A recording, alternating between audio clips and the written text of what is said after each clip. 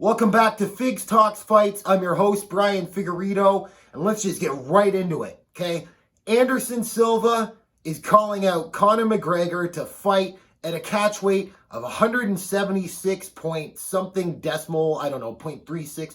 I don't even know if this converts into a clean kilo weight. Doesn't make any sense. But he's challenging Conor McGregor to a fight at 45 years old, and Conor McGregor goes online, and of course everyone's got to jump on it, including me, saying, I accept. Look, let's just talk about this for a second. This fight is stupid. Makes no sense. Has no relevance. I understand Conor McGregor just put out his greatest of all time pound for pound list according to how he thinks in his delusional mind of how him and Anderson Silva are somewhat tied for the greatest of all time. If you haven't seen that video, check it out on this channel. Okay, it was absolute garbage. Don't believe in any of it. Just the same way I don't believe in this fight. Look, this makes no sense. All right, Anderson Silva, 45 years old, former middleweight champion of the world, has an all-time winning streak in the UFC at 16 fights, has the second most title defenses in the UFC at 10 title defenses. If Travis Lutter would have made weight at UFC 67, he would be tied with Demetrius Johnson for the all-time title defenses. Look, Conor McGregor, he was originally your 145-pound featherweight champion and then moved up to 155 pounds. If it's not just the size disparity on why this fight makes no sense, it's what's the intrigue? What's the intrigue about this?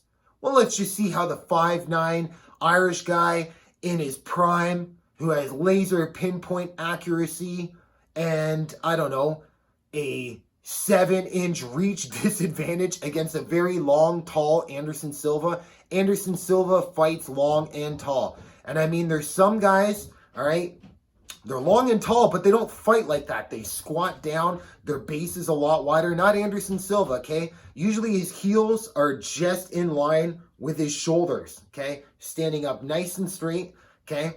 His hands aren't usually up, at least not in his prime. But nonetheless, this is kind of like, do you guys remember back in the day when the UFC was pretty much only on Spike TV and pay-per-view? They had this show called Deadliest Warrior with who would win? You know, a Roman versus a Nazi. Who gives a shit? That's who would win. This is stupid. This is to say, man, oh, geez. Remember when Fedor was in his prime and people would just come up with absurd things like, man, I wonder who would win between Fedor and a polar bear. What? This is one of these fights. Oh, man, we should take a ram and a gazelle and have them fight. And then the winner takes on an impala. This is stupid. What's the point of it? So what? What if Conor McGregor goes in, looks way quicker than Anderson Silva. Anderson Silva looks every bit of 45 years old, starts tuning him up, but that power that he had at 145 pounds, at 155 pounds, and somewhat fighting 155ers at 170 pounds, doesn't translate to actually do any damage to Anderson Silva. I mean, every single fight that Conor McGregor has had where it's gone to the home stretch, he then starts to gas a bit.